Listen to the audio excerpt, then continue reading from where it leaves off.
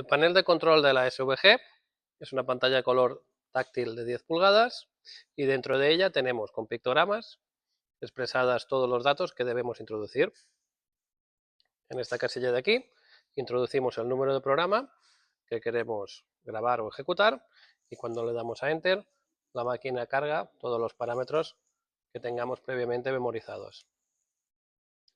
Como nos van explicando los pictogramas y las flechas, vamos introduciendo los datos según lo que nos indica, por ejemplo, aquí el diámetro del disco, paso del diente, a qué velocidad queremos realizar la indexación, número de dientes.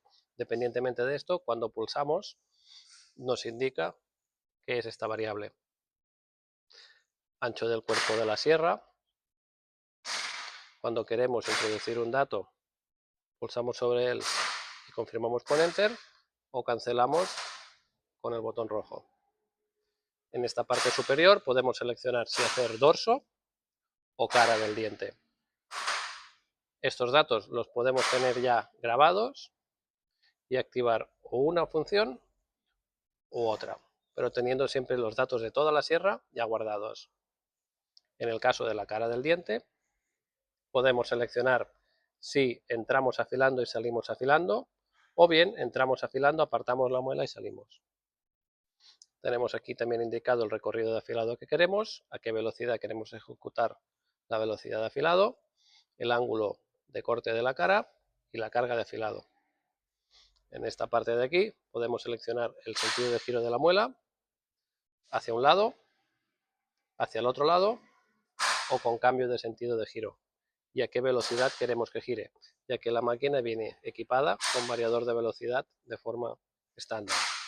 Una vez tenemos todo introducido, volvemos atrás y le damos a guardar y ya tendremos todos los datos guardados. Lo mismo en el dorso. Podemos editar el dorso y aquí en la parte inferior nos da todas las opciones de diferentes formas de diente. De forma que cuando pulso sobre la diferente forma me indica qué datos debo introducir. Igualmente, todas las variables están expresadas con sus dibujos y nos da la opción de girar la muela hacia un lado, hacia el otro o con cambio de sentido de giro y a qué velocidad queremos que gire la piedra. Una vez lo tenemos ya grabado, tenemos ya el programa acabado. Importante, yo he introducido todos los datos, pero tengo la casilla desactivada. Por lo que decíamos, podemos activar esta función cuando queramos. Por último, en la parte inferior tenemos la opción de dientes nuevos o dientes rotos. En el caso de dientes nuevos, si introducimos los dientes que la máquina tiene, por ejemplo, replaquetados o nuevos, en este caso 1, 4 y 9, no tiene que haber ningún orden. Por ejemplo, aquí puedo poner el diente 25, la máquina ya ordena los valores ella misma. La máquina hará solamente los dientes indicados aquí, dejando los demás sin hacer.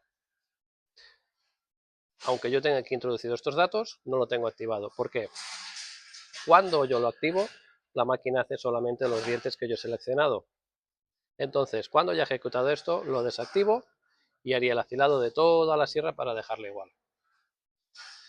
Ahora, en cuanto a los dientes rotos, es lo mismo. El mismo esquema de funcionamiento. Indico qué dientes están rotos y estos dientes no los hará. En el dorso no es tan importante, podemos hacerlos, pero en la cara, cuando tenemos activada la cara, es muy importante la opción de dientes rotos para no romper la piedra de afilado. Una vez esto ya está todo grabado, ya tenemos el programa preparado para trabajar. Por último, tenemos en esta opción de aquí la configuración de trabajo de la máquina, los parámetros de configuración, las posiciones de los ejes y esta última pantalla, la pantalla de automáticos, que se activa cuando la máquina trabaja. Una importante función es que mientras la máquina está trabajando, yo puedo crear nuevos programas o editarlos, de forma que cuando acaba de afilar puedo cambiar rápidamente la sierra, introducir la nueva y darle a Start.